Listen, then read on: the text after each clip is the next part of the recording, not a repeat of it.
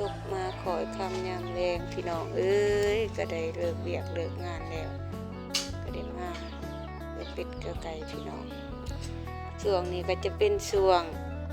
ปลูกผักปลูกมีพี่น้องเอ้ย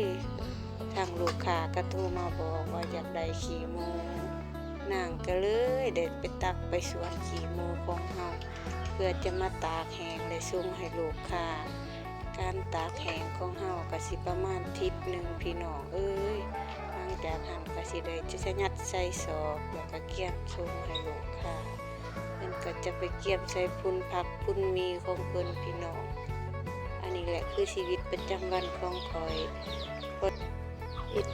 ไปแต่ละมื้อแต่ละวันพี่น้องคันสิเฮ็ดแนวอื่นก็บ่มีเวลาพี่น้องเอ้ยเพราะว่าเฮาก็ฆ่าลูกเต่าลูกน้อยอ่อนๆพี่น้องเฮาก็ได้ใช้ชีวิตแบบเรียบๆง่ายๆจังซี่แหละพี่น้องเลี้ยงเป็ดเลี้ยงไก่อยู่เรือนอยู่ศาลเบิ่งลูกไปนำ